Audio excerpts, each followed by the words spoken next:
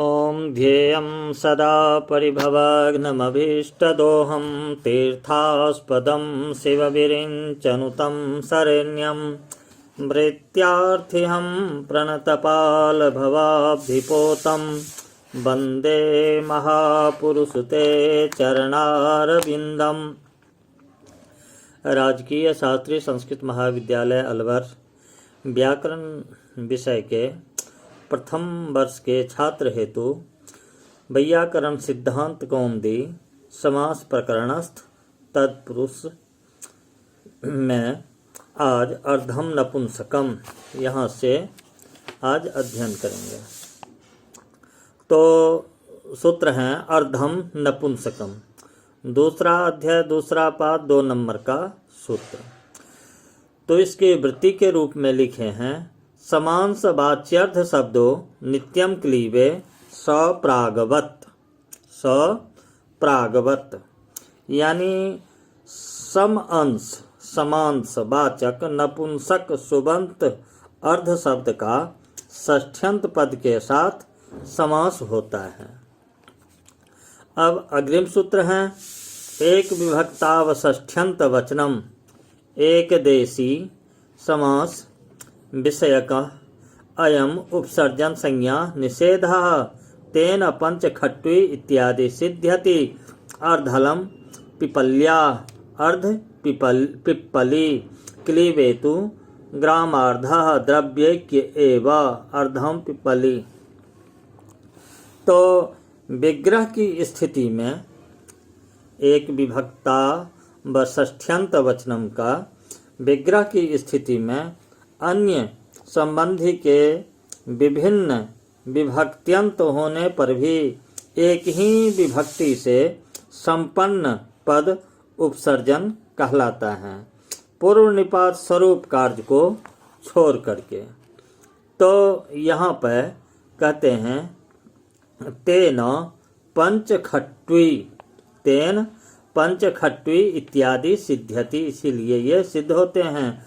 अर्धम पिपल्या अर्ध पिप्पली, ये उदाहरण में है जो अर्ध पिप्पली अर्धम पिपल्या इति विग्रहे अर्धम नपुंसकम इति सूत्रेण समासे कृतद्धित समासाश्च इति सूत्रेण सुपीलुकी।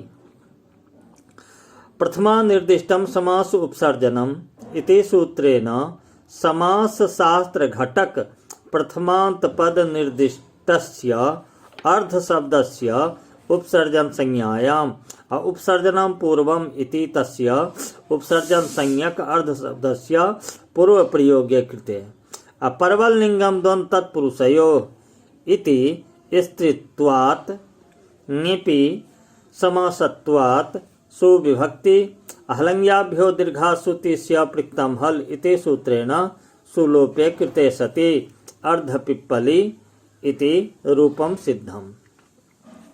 परंतु यहाँ पर कुछ विशेष बातें ये हैं जो न च विग्रहे पिप्पली शब्दस्य नियत विभक्तितया एक विभक्ति चा पूर्व निपाते इति उपसर्जनत्वात् गोस्त्रियोरुपसर्जनस्य इति ह्रस्वः कुतो नेति वाच्यम्।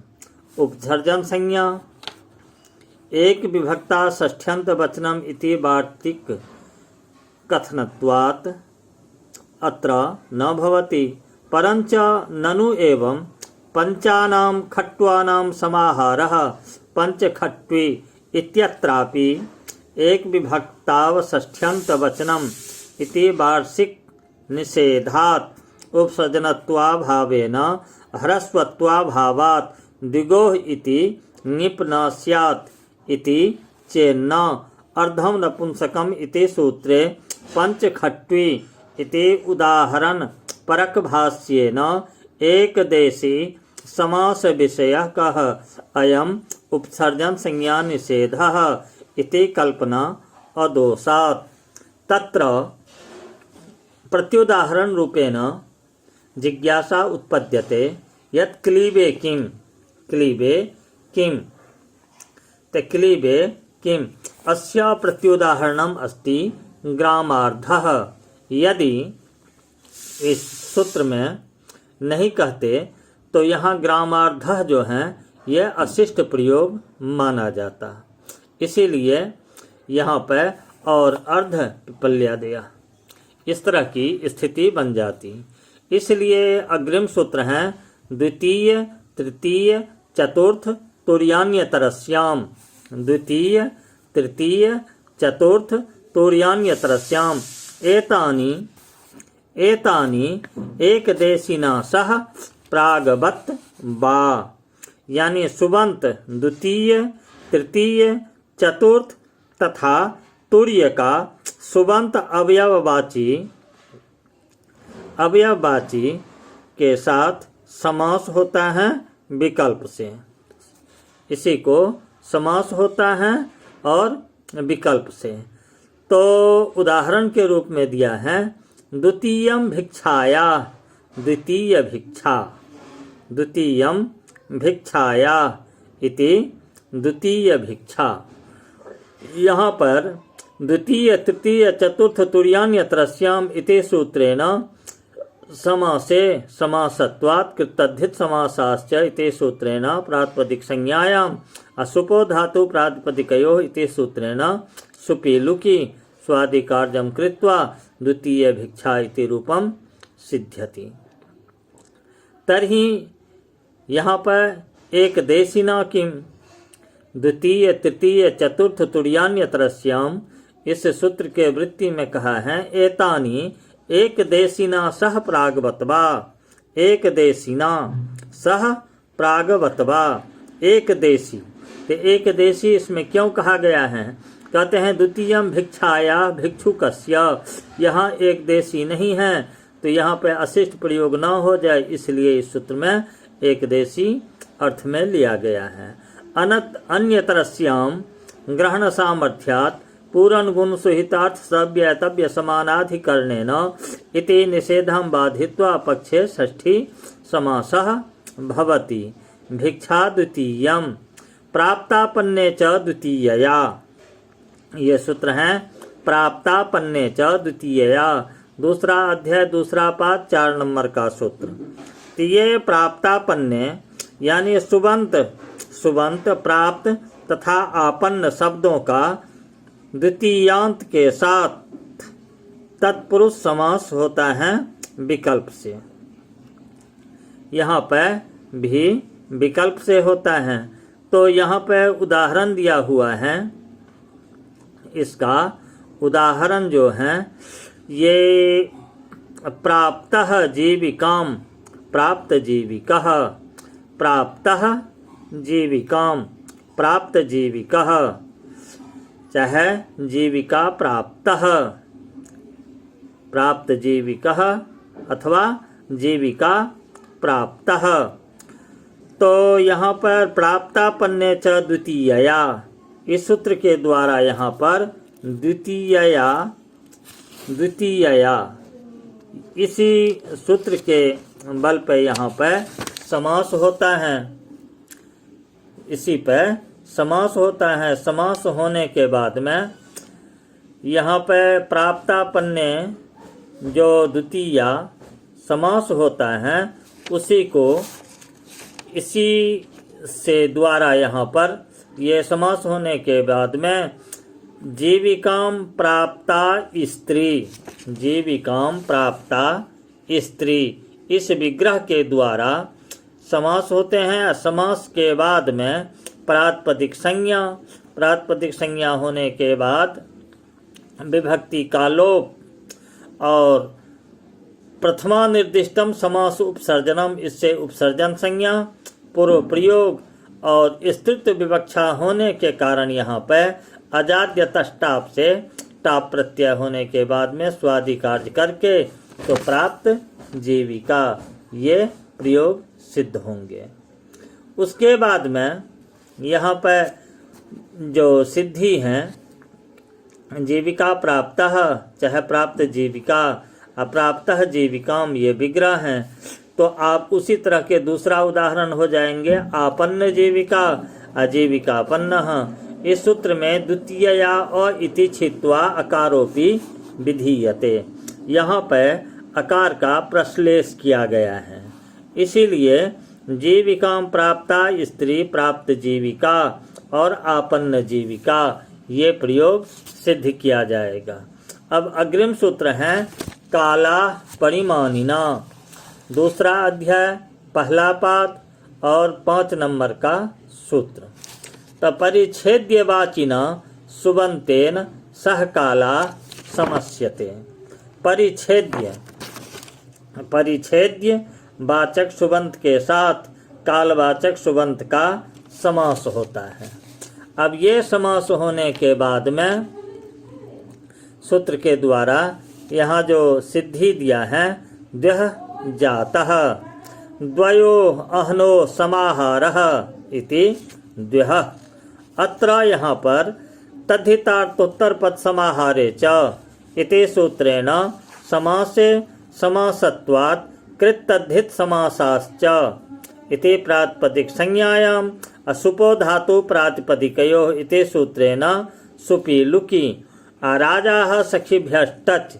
इसी सूत्र से टच प्रत्यय अहनष्टखोरेव इति टिलोपे न संख्यादे समाहारे इति अहनादेश प्रतिषेधे विभक्ति कार्य द्वहनः इति रूपम सिद्ध्यति।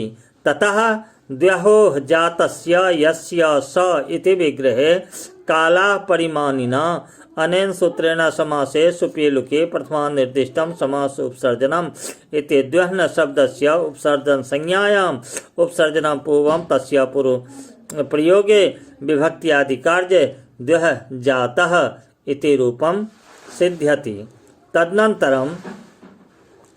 तदनन्तरं सिद्धि अनेन प्रकारेण अस्ति यत् अहनोन्नः इति वक्ष्यमानः अहनादेशः पूर्वत्र न संख्यादे समाहारे इति निषेधः।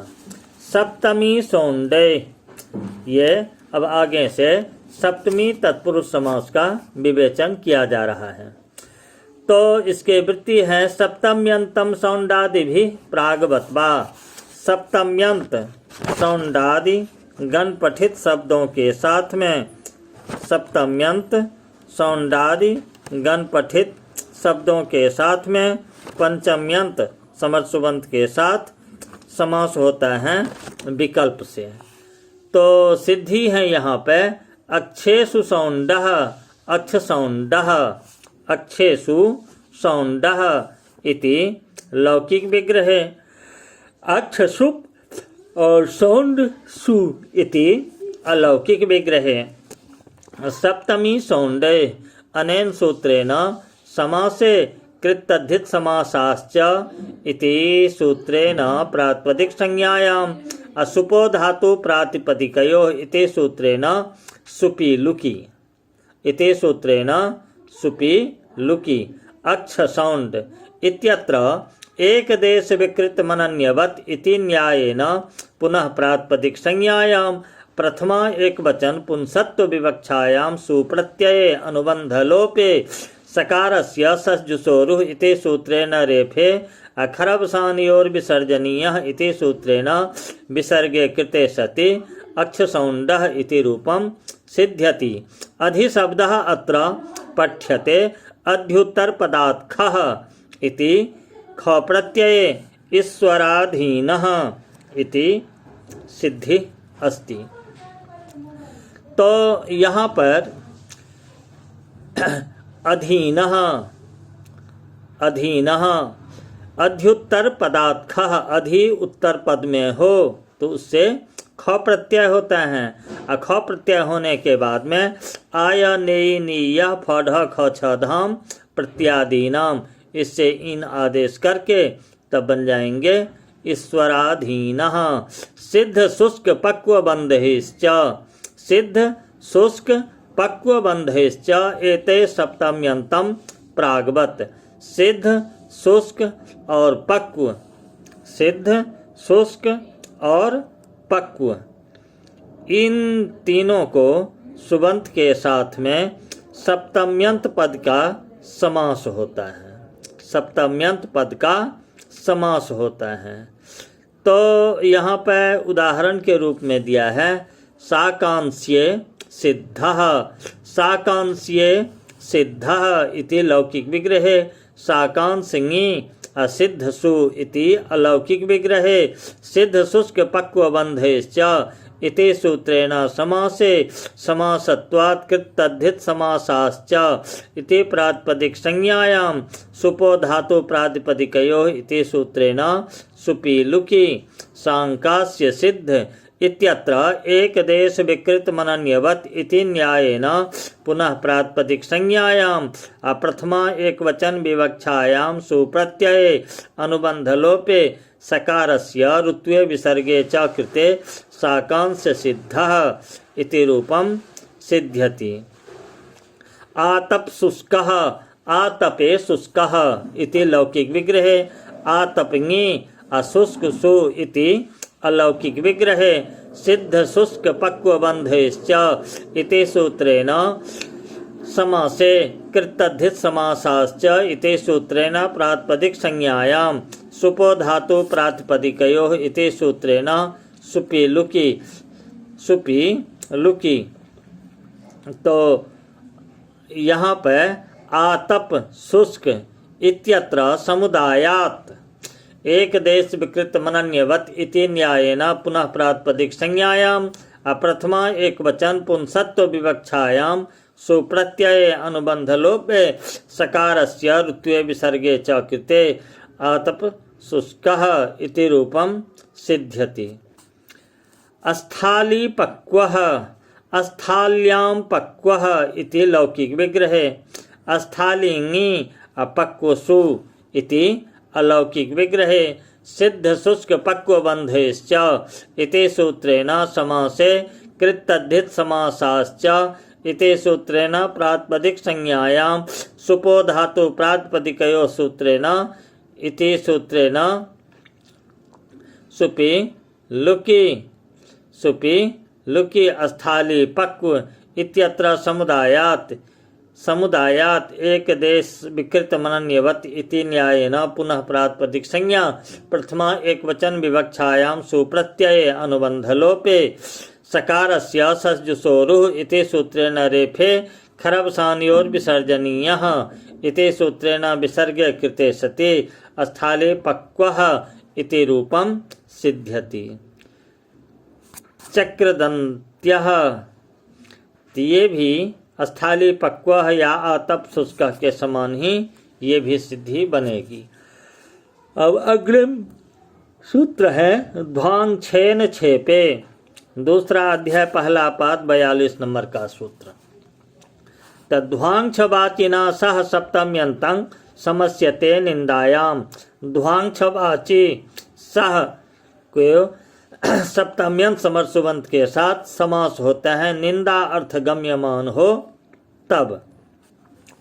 ध्वांग छेन छेपे, ध्वांग छवाचक सुबंत के साथ सप्तम्यंत पद का समास होता है, निंदा अर्थ यदि गम्यमान हो तब।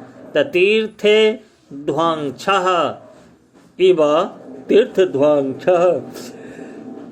तो तीर्थे ध्वांग छः इति लौकिक विग्रहे तीर्थिङि अध्वांग सु इति अलौकिक विग्रहे ध्वांग छेन छेपे इति सूत्रेण समासे कृतद्धित समासाश्च इति सूत्रेण प्रातिपदिक संज्ञायां सुपो धातु प्रातिपदिकयोः इति सूत्रेण सुपि लुकि तीर्थ ध्वांग इत्यत्र एकदेश विकृत मनन्यवत इति न्यायेन पुनः प्रातिपदिक संज्ञायां प्रथमा एकवचन विवक्षायां सुप्रत्यये अनुबंधलोपे सकारस्य ऋत्वे विसर्गे च कृते तीर्थध्वांग छः इति रूपं सिद्धं। तीर्थध्वांग छः कथ्यते तीर्थकाकः इत्यर्थः। कृत्ये ऋणे सप्तम्यन्तं कृत प्रत्ययान्ते सह प्रागवत आवश्यके, यानी सप्तम्यंत स्त्री प्रत्ययांते सह यानी कृत प्रत्ययांत सुबंत के साथ सप्तम्यंत पद का समास होता है। आवश्यक अर्थ प्रतीयमान रहे तब, प्रतीयमान रहे तब। तो यहाँ पर उदाहरण के रूप में दिया है माँ से देयम ऋणम, माँ से देयम, माँ से देयम इति लौकिक विग्रह, माँ सिंगी अदेयसु इति अलौकिक विग्रह, कृत्ये ऋणे इति सूत्रेण समासे समासत्वात् कृत्तद्धित समासाश्च इति सूत्रेण प्रातिपदिक संज्ञायाम् असुपो धातु प्रातिपदिकयोः इति सूत्रेण सुपि लुकि। अत्र प्राप्ते परम च हलदन्तात् सप्तम्याः अलुक, हलदन्तात् सप्तम्याः अलुक, इससे अलुक होकर के विभक्ति का लोप नहीं होता है। तमासे देयम स्वादि कार्य करके ये मासे देयम इति रूपम सिद्धम। ऋण ग्रहणम नियोगोपलक्षणार्थम पूर्वान्ने गेयम सम, पूर्वान्ने गेयम सम, पूर्वान्ने गेयम इति लौकिक विग्रह, पूर्वाह्नि अज्ञेयसु इति अलौकिक विग्रह, कृत्ये ऋणे इति सूत्रेण समासे समासत्वात् कृत्तद्धित समासाश्च इति सूत्रेण प्रातिपदिक संज्ञायां सुपो धातु प्रातिपदिकयोः इति सूत्रेण सुपि लुकि, इति सूत्रेण सुपि लुकि। तो पूर्वान्ने सुपि लुकि प्राप्ते तम प्रवाद्य हलदन्तात् सप्तम्याः अलुक इति सूत्रेण निषेधं कृत्वा अलुक कृते सति पूर्वाह्ने गेयम सम इति रूपम सिद्ध्यति। तदनंतरम सूत्रम संज्ञायाम, दूसरा अध्याय पहला पाद 44 नंबर का सूत्र। संज्ञायाम सप्तम्यंतम सुपा, सुपा धारणार्थ संज्ञात्वात् वाक्येन संज्ञा अनवगमात् नित्यम असमासः अयम अरण्ये तिलका, अरण्ये तिलका, यानी संज्ञा अर्थ में सुबंत पद के साथ सप्तम्यंत पद का समास होता है संज्ञा अर्थ में। तो यहाँ पर उदाहरण के रूप में ये दिया है जो अरण्ये तिलका, अरण्ये तिलका, संज्ञा शब्द अयम, अरण्ये तिलका, अरण्यंगी तिलक जस, अलौकिक विग्रह। और कृत्ये ऋण इति संज्ञायाम इति सूत्रेण समासे समासत्वात् प्रातिपदिक संज्ञायाम सुपि लुकि एक देश विकृतिमरण्यवत् इति न्यायेन पुनः प्रातिपदिक संज्ञायाम प्रथमा एक वचन पुंसत्व विवक्षायाम स्वादि कार्यम कृत्वा अरण्ये तिलका इति रूपम सिद्ध्यति। तदनंतरम यहाँ पर कतेना होरात्रावयवा, कतेना होरात्रावयवा अहनः रात्रेश्च, रात्रेश्च ध्यश्च सप्तम्यन्तः कतान्तेन सह, कतान्तेन सह पार्वत प्रागवत पूर्वान्न कृतम अपरात्र कृतम, पूर्वान्न कृतम अपरात्र कृतम, यही उदाहरण के रूप में यहाँ पर दिया गया है। अवयव ग्रहणम किम अचि थाम, अचि ग्रहणम किम, अचि ग्रहणम किम। तो यहाँ पर जो दिए हैं अचि ग्रहणम किम, तो ये अचि का अर्थ जो है ये ऐसा लिया जा सकता है जो अचि यानी सप्तम्यंत पद, अचि इति सप्तम्यंतम पदम भवति।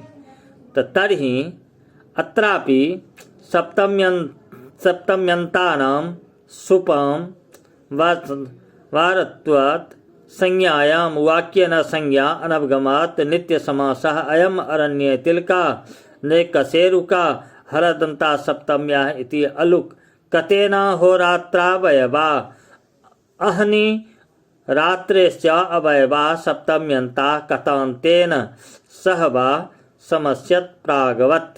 समस्यते प्रागवत।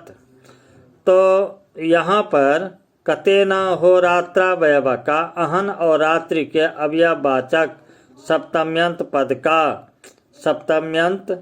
पद का कतांत शब्द के साथ समास किया जाता है। तो यहाँ पर अब अग्रिम जो दिए हैं, पूर्वाह्न कृतम अपरात्र कृतम अवयव ग्रहणम किम अहनि दृष्टम। अब अग्रिम सूत्र है तत्र, दूसरा अध्याय पहला पाद 46 नंबर का सूत्र। अत्र इति एतत् सप्तम्यंतम कतांतेन सह प्रागवत। यहाँ पर तत्र जो सूत्र है तो एक सप्तम्यंत पद का कतांतु सुवंत के साथ समास होता है। वह अधिगम्य अध्यधि गव्यमन इति